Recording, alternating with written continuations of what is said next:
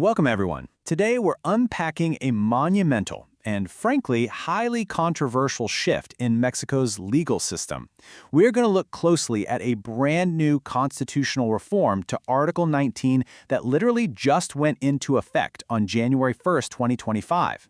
It's a complex change, but absolutely crucial to understand because it completely alters how the justice system treats people accused of specific, severe crimes. In this explainer, we're going to break down exactly how Article 19 changed recently, why the government felt it was necessary, and the intense debate that's currently raging around it. Right off the bat, this is the fundamental question at the heart of our topic today. What happens when a national security crisis clashes with the presumption of innocence? That's the central conflict here. On one side, you have a state that's desperate to combat escalating violence, highly advanced drug cartels, and massive tax fraud. But on the other side, you have the foundational, bedrock legal principle that a person is innocent until proven guilty. Keep this tension in the back of your mind as we go, because it absolutely colors every single aspect of this new law. Okay, let's dive into this. Here is our roadmap for today. First, we'll define mandatory pretrial detention. Second, we'll look at the reasons behind the reform. Third, the legislative process. Fourth, the exact changes to Article 19. And finally, the legal impact and human rights concerns. Let's start with Section 1, mandatory pretrial detention. Because to really grasp the controversy, we first need to define the core legal mechanism we're dealing with. Mandatory pretrial detention, known in Mexico as prisión preventiva oficiosa, is basically a legal mechanism where if you are accused of certain specific crimes listed in the Constitution, the judge is legally obligated to put you in prison while you wait for your trial. Period. There's no bail, there's no judicial discretion based on whether you're a flight risk or anything like that. If you're accused of a crime on this list, you are locked up before ever being convicted. Now, it was originally designed to make sure highly dangerous suspects couldn't escape or threaten witnesses, but as you can imagine, its automatic nature puts an immense, heavy strain on the presumption of innocence. Moving on to Section 2, the reasons behind the reform. Why expand this list now? Let's look at the government's justification and the hard data they presented. Look at this number, 4.9 million. According to the government, this represents the staggering number of extortion crimes committed in Mexico in the year 2021 alone. It's wild. Extortion has essentially become a preferred, low-risk, high-reward activity for organized crime. And a lot of times, it's committed remotely using just a cell phone. This massive explosion in extortion is one of the primary reasons the government desperately wanted it added to the mandatory detention list.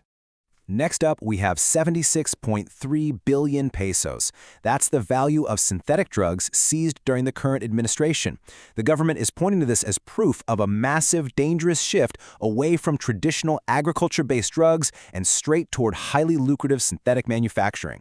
And then we have 338 billion pesos. Now you might be wondering, why does a reform focused on cartels and violence also target tax crimes? Well, between 2017 and 2019, the tax authority detected false invoicing schemes that caused exactly this much financial damage to the state.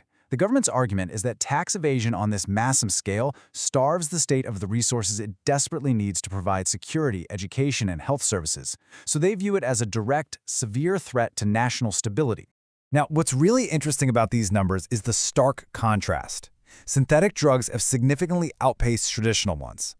And sitting right at the center of this crisis is fentanyl, a substance up to 50 times more potent than heroin. The proliferation of synthetic drug labs since around 2009 has changed the game entirely. The government asserts that the Constitution simply had to be updated to specifically target the lethal, fast-moving reality of the modern synthetic drug trade. Section 3, the legislative process. Let's see how this proposal actually navigated a deeply divided political landscape to become the law of the land. While there were actually 13 prior failed attempts in recent years by various political parties, this successful push kicked off on February 5, 2024, when the president formally presented the initiative. After months of national dialogues and committee reviews, things really accelerated in the fall. It cleared the Chamber of Deputies on November 13th, passed the Senate on November 26th, and was officially published on New Year's Eve. And it took effect the very next day, January 1, 2025. But the voting process itself revealed a deeply divided legislature. In the Chamber of Deputies, the reform passed with 335 votes in favor, driven entirely by the governing coalition of Morena, the Green Party, and the Labor Party. Meanwhile, the opposition bloc, comprising PAN, PRI, and MC, voted almost uniformly against it, registering 108 dissenting votes. The Senate vote echoed this stark polarization pretty closely. It passed with 94 votes in favor to 34 against. Interestingly, though, while the opposition mostly held the line against the reform, 7 senators from the PAN party actually crossed over and voted in favor. That move secured the supermajority needed for a constitutional change, which cleared the way for its rapid ratification by local state congresses. Section 4. Changes to Article 19. With the political hurdles cleared, let's look at the actual text of the law. The most visible change here is the expansion of the catalogue of crimes. If you were accused of extortion, smuggling, or dealing with chemical precursors, synthetic drugs, specifically fentanyl, you now face automatic pretrial detention. Furthermore, they added fiscal crimes to the mix, specifically any activities related to false tax receipts. Being accused of any of these means you go straight to jail while the investigation and trial take place. But they didn't just add crimes. So the crucial point is this entirely new, unprecedented constitutional mandate tacked on to the end of the paragraph. It explicitly commands judges to apply this law literally. It entirely strips away judicial discretion, strictly prohibiting any judge from interpreting the law in a way that would suspend or modify this mandatory detention. The lawmakers wanted to make absolutely 100% sure there were no loopholes. Which brings us to our final section. Legal impact and rights. A legal reform of this magnitude is going to create a massive ripple effect across the entire justice system. And the debate here is fiercely polarized between two very distinct viewpoints. The executive perspective defends the reform as an absolutely necessary tool. From their view, the state needs guaranteed ways to lock up cartel members and massive tax defrauders right away to protect public health and government revenue. Conversely, the human rights perspective argues this is a dangerous step backwards. They warn that automatic detention inherently violates the presumption of innocence. It basically guarantees that falsely accused citizens will spend time in prison, and it will only further overcrowd the country's penal system.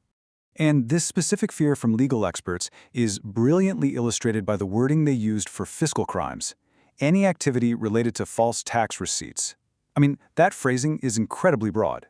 Legal analysts are pointing out that this could theoretically apply not just to the mastermind of a massive tax fraud scheme, but potentially to someone who merely possesses a false receipt, or maybe issues one by mistake. Because judges are now forbidden from interpreting the law flexibly, that broad wording could catch a lot of well-meaning, everyday people in its net. So, what does this all mean for the future?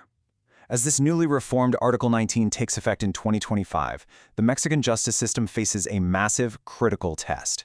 Will this uncompromising, literal approach successfully dismantle the synthetic drug trade and curb extortion, or will the broad wording and the complete lack of judicial discretion ultimately result in innocent people languishing behind bars? It's a profound legal and social experiment, and its true impact will really only be measured in the years to come. Thanks for joining me for this explainer.